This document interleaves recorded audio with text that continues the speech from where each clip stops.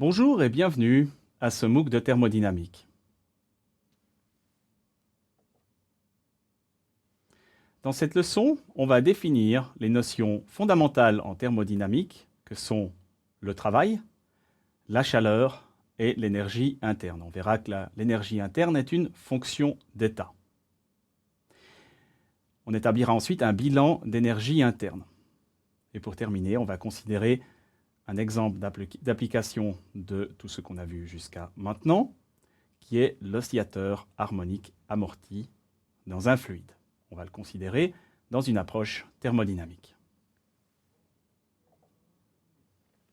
Commençons donc par le travail et la chaleur, et on va définir les grandeurs infinitésimales de travail et de chaleur. Pour ceci, on va se baser sur le premier principe, exprimé dans le référentiel où le système est au repos. Dans ce référentiel, le premier principe nous dit la chose suivante: la dérivée par rapport au temps de l'énergie interne, U point, est la somme de deux puissances, la puissance mécanique de déformation PW et la puissance thermique PQ. On peut maintenant multiplier cette relation par un intervalle de temps infinitésimal dt. On obtient donc U point dt égale PW dt plus PQ dt. On peut définir la variation infinitésimale d'énergie interne. C'est une différentielle, c'est du. du peut aussi s'écrire comme du sur dt fois dt. du sur dt, c'est U point, et donc du s'écrit comme U point dt. On peut introduire maintenant le travail infinitésimal effectué sur le système, qu'on va dénoter delta W. La lettre W vient de l'allemand Werk ou l'anglais work, et le symbole delta signifie qu'il ne s'agit pas d'une différentielle. Le travail infinitésimal effectué sur le système, delta W, est défini comme le produit de la puissance mécanique de déformation PW fois l'intervalle de temps infinitésimal dt. De manière similaire, on peut définir la chaleur infinitésimale fournie au système. On la dénote delta Q. Le Q se réfère à l'allemand Quelle, qui signifie en français source, source de chaleur, et le delta signifie que la chaleur infinitésimale n'est pas une différentielle. On définit cette chaleur infinitésimale fournie au système delta Q comme le produit de la puissance thermique PQ fois l'intervalle de temps infinitésimal dt. Fort de ces trois définitions, on peut à présent réécrire l'expression du premier principe multipliée par le temps infinitésimal dt.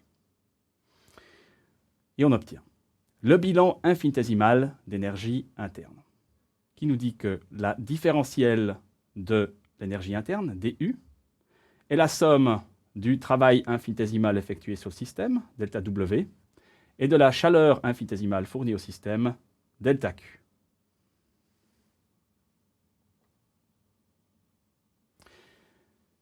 On veut maintenant déterminer le travail et la chaleur pour un processus qui n'est pas nécessairement un processus infinitésimal. Pour un processus quelconque, qui va de l'état initial I à l'état final F.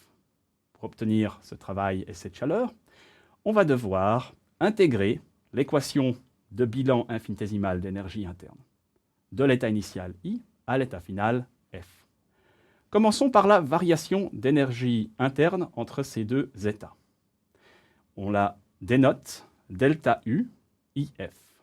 C'est l'intégrale de la différentielle de l'énergie interne du, et donc elle va simplement être égale à l'énergie interne finale, UF, moins l'énergie interne initiale, UI.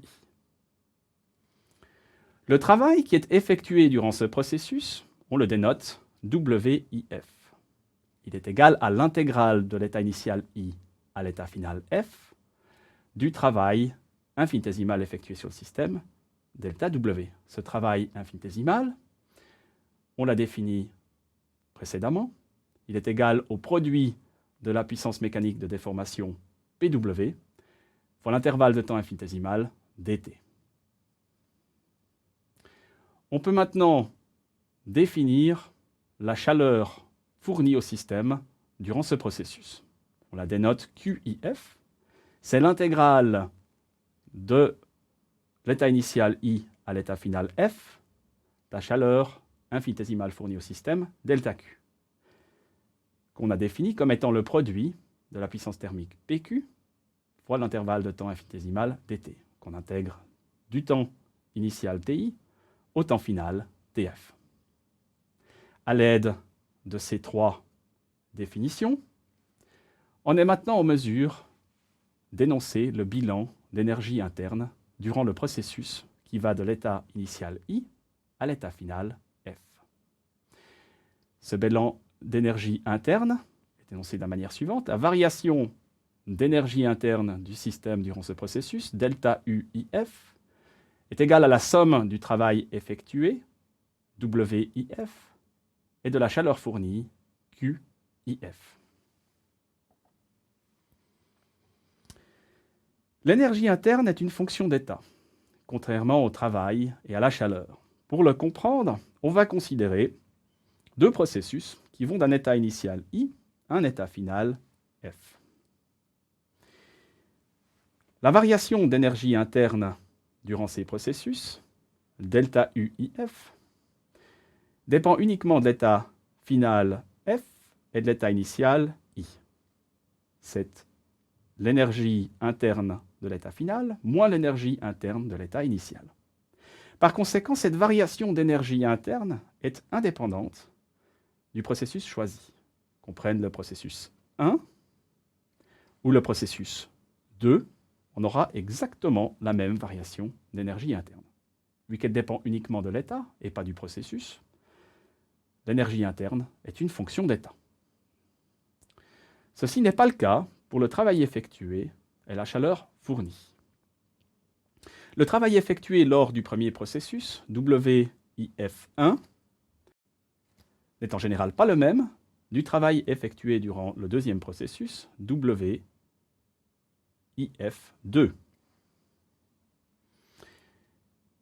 On a exactement le même constat pour la chaleur fournie. La chaleur fournie durant le premier processus, QIF1, n'est en général pas la même que la chaleur fournie durant le deuxième processus, QIF2. Donc le travail et la chaleur dépendent du processus, et pas seulement de l'état. Par conséquent, ces grandeurs ne sont pas des fonctions d'état. Ceci est un résultat important.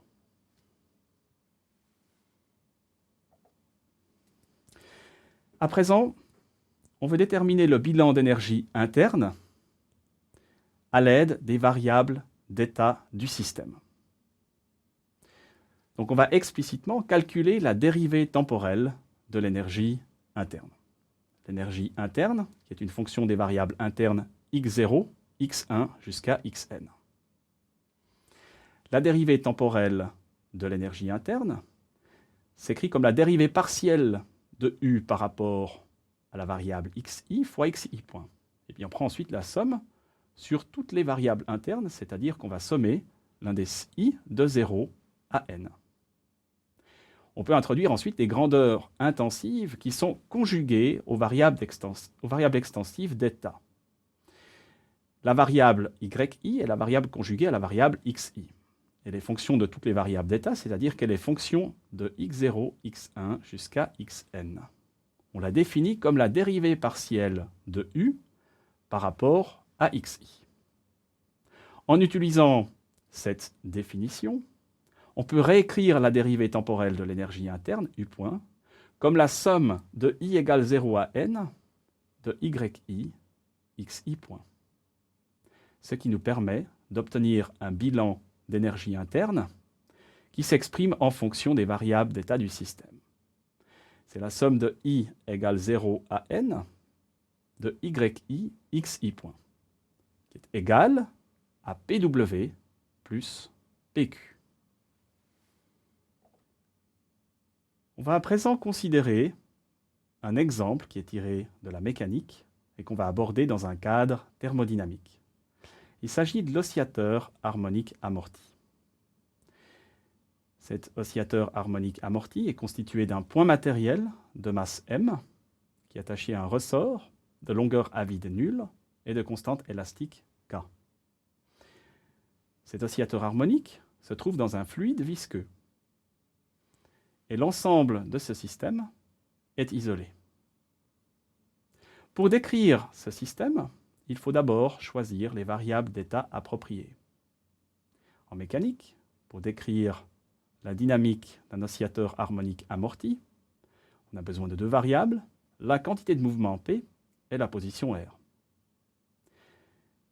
En mécanique, pour un oscillateur harmonique amorti, l'énergie mécanique décroît au cours du temps, ce qui a dissipation. Or, ici, le système est isolé, ce qui signifie que l'énergie est constante par application du premier principe. Par conséquent, il doit exister une autre forme d'énergie qui va croître au cours du temps pour compenser la perte d'énergie mécanique. Cette autre forme d'énergie va dépendre d'une variable qui n'est pas une variable associée au mouvement du point matériel. Cette autre variable extensive, dont on ne connaît pas la nature pour l'instant, et qu'on va essayer d'identifier à la fin de cet exemple, c'est la variable x0. On la dénote x0.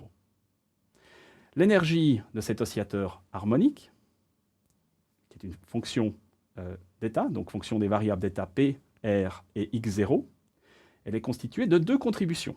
La première, c'est P carré sur 2m, c'est l'énergie cinétique. La deuxième, c'est U de R et x0, c'est l'énergie interne.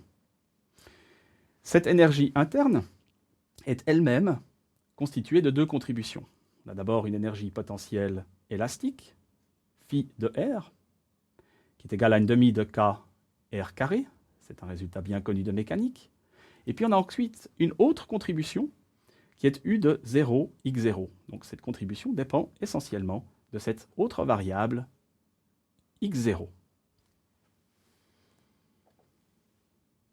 Le système étant isolé, par application du premier principe, l'énergie est une constante.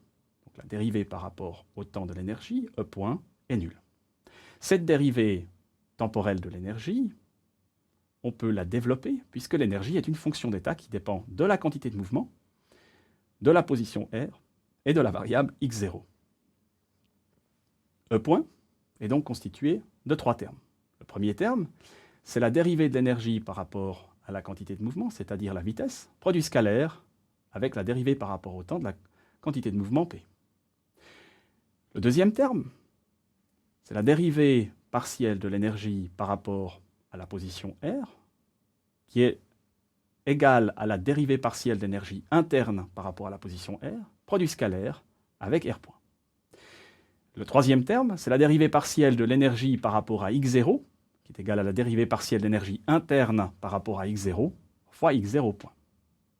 On peut maintenant examiner d'un peu plus près les dérivées partielles qui apparaissent dans cette expression de la dérivée temporelle de l'énergie. Tout d'abord, la dérivée partielle de l'énergie interne par rapport à la position est égale à la dérivée totale de l'énergie potentielle élastique, phi de R, par rapport à la position R. L'énergie potentielle élastique, c'est une demi de K R carré. On peut mettre le facteur une demi et le facteur K en évidence. Il nous reste la dérivée de R carré par rapport à R, qui vaut tout simplement 2R. Le facteur une demi et le facteur 2 se simplifient, il nous reste donc KR. Et puis, d'après la convention d'écriture qu'on a choisie, la grandeur intensive Y0 est la grandeur conjuguée à la grandeur extensive, qui est une variable d'état, qui est X0. De plus, en utilisant le fait que la vitesse est la dérivée temporelle de la position, on peut réécrire l'expression de la dérivée temporelle de l'énergie, qui est nulle puisque le système est isolé, sous la forme suivante. C'est P point plus KR, produit scalaire avec la vitesse, plus Y0, X0 point égale 0. Afin de détailler cette équation de bilan d'énergie, on doit à présent considérer le sous-système mécanique constitué du point matériel. Ce sous-système mécanique est sujet à des forces extérieures. Ces forces extérieures sont la force élastique, qui est moins KR, où K est défini positif, c'est la constante de rappel du ressort. C'est également la force de frottement visqueux, qui est de la forme moins lambda V, où lambda est défini positif. On est ici en régime laminaire. Il est important de mentionner que ces forces sont des forces extérieures au sous-système mécanique, même si c'est des forces intérieures au système thermodynamique. Mais ici, pour appliquer la deuxième loi de Newton, qui est le théorème du centre de masse appliqué à un point matériel, on considère que ces forces s'appliquent sur le sous-système mécanique et elles sont donc considérées comme des forces extérieures. La deuxième loi de Newton dit la chose suivante. La dérivée temporelle de la quantité de mouvement, P point, est égale à la somme des forces extérieures, c'est-à-dire de la force élastique moins KR, et de la force de frottement moins lambda V. On substitue donc cette expression de P point dans l'expression du bilan d'énergie. Le terme en moins KR se simplifie avec le terme en KR. Et puis il nous reste un terme en moins lambda V carré. Ce terme en moins lambda V carré, on peut le passer dans le membre de droite. Et ensuite, on peut diviser l'équation par Y0. Et ce qu'on obtient, c'est une équation d'évolution de la variable x0, qui est de la forme suivante. x0 point est égal à lambda v carré sur y0. Compte tenu du fait que la force de frottement est définie comme moins lambda v, on obtient donc moins le produit scalaire de la force de frottement avec la vitesse, divisé par y0. De la mécanique, on sait que le produit scalaire de la force de frottement avec la vitesse, c'est la puissance dissipée. La puissance mécanique dissipée à l'intérieur du système. S'il y a dissipation, ça veut dire qu'il y a échauffement. Donc, le système, intuitivement, devrait dépendre de la température. La température est une grandeur intensive. On a ici, dans cette équation, une grandeur intensive qu'on ne connaît pas. Cette grandeur intensive, c'est la grandeur y0. On verra dans la suite de ce cours que y0 est précisément la température. Y0 est la température, et la variable extensive conjuguée à Y0, c'est ce qu'on appelle en thermodynamique l'entropie. Comme Y0, qui est la température, est défini positif, que lambda est positif et que V carré est positif, ceci implique que X0 point est défini positif. En d'autres termes, l'entropie va croître dans ce système isolé à cause de la dissipation. Et ceci est au cœur du deuxième principe de la thermodynamique qu'on va aborder dans la leçon prochaine. Suite donc au prochain épisode.